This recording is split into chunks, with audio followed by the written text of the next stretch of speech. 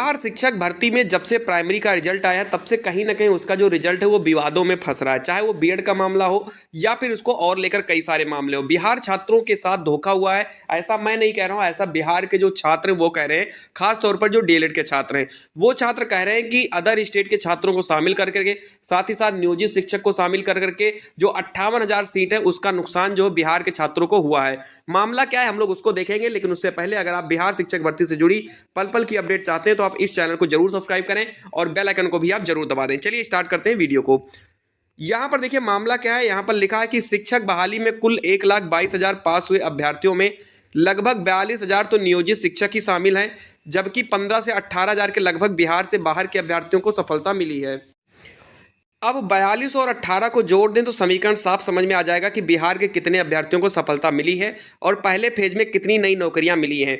वहीं waiting list को लेकर अब तक आयोग ने हरी झंडी तक नहीं दी है और दी है तो फिर बची 48,000 से ज़्यादा सीटों के अलावा फाइनल वेरिफिकेशन से भी कुछ दिनों बाद लगभग 15,000 की संख्या में बाहर होने वाले अभ्यर्थियों की बची सीटों को अगली बहाली में मर्ज करने के अलावा दूसरा ऑप्शन नहीं दिख रहा। यहाँ पर छात्र ये कह रहे हैं कि भाई आपने क्या किया है कि जो 1,22,000 वैकेंसी आई है उसमें से तो 42,000 आपने नियोजित शिक्षक को सेलेक्ट कर दिया और जाहिर सी बात है 15 से 18,000 बच्चे जो हैं अदर स्टेट के सेलेक्ट होंगे, जो कि बिल्कुल सही चीज़ है। अगर गर्ल्स और बॉयज दोनों को अगर ले लिया जाए तो 15 से 18,000 बच्चे सेलेक्ट हुए, ये बात बिल्कुल सही है, 100% सही है। इसमें अगर इन्होंने कहा कि अगर हम इन दोनों को जोड़ देते हैं तो 42 और 18 तकरीबन 60,000 सीटें हो जाती हैं, यानी 60,000 सीटें तो इनकी जो है ऐसे ही निकल गई।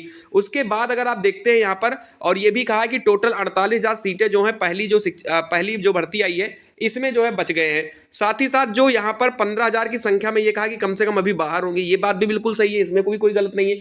क्योंकि जाहिर सी बात है अगर आप समझे बात को, अभी बहुत सारे छात्र ऐसे हैं डीएलएड अपेयरिंग में थे जो छात्र डीएलएड में फेल हो चुके हैं, बहुत सारे छात्र हैं जो सीटेट में फेल हो चुके हैं और कुछ छात्र ऐसे होंगे जिनका डॉक्यूमेंट ही गलत होगा। तो कहीं ना कहीं 10 से 15,000 छात्र जाहिर सी बात है वेरिफिकेशन के बाद निकल जाएंगे। तो ऐसे में 48,000 वो और 15,000 ये मिलाकर अगर हम इसको कैलकुलेट करते हैं तो टोटल 63,000 है जो वैकेंसी जो है यहाँ पर पूरी तरीके से जो है खाली हो चुकी है।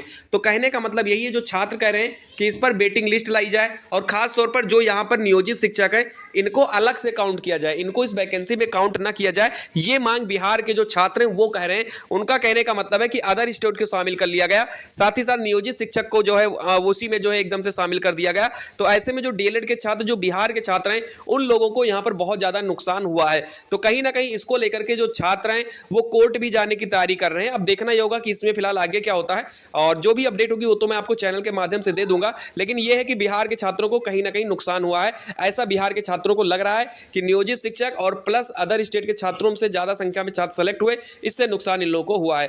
फिलहाल यहाँ पर आप लोगों की इस पर क्या राय है वो आप कमेंट करके आप मुझे जरूर बताएं। ये रही आज की अपडेट, मिलते हैं अगली वीडियो में, तब तक के लिए खुश रहिए, मस्त रहिए। जय हिंद, जय भारत।